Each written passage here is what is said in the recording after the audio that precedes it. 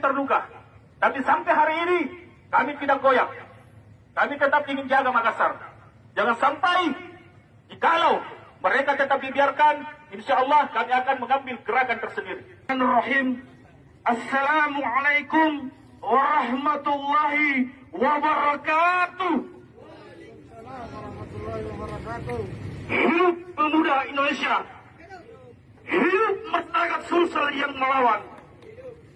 Izin Komandan, hari ini kami turun ke jalan merupakan simbol dari ketidakadilan, teman-teman.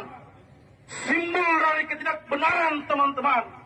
Yang dimana organisasi OPM atau disebut juga dengan Papua Merdeka yang telah melakukan pergerakan-pergerakan tambahan di tanah Kota Daeng tersebut.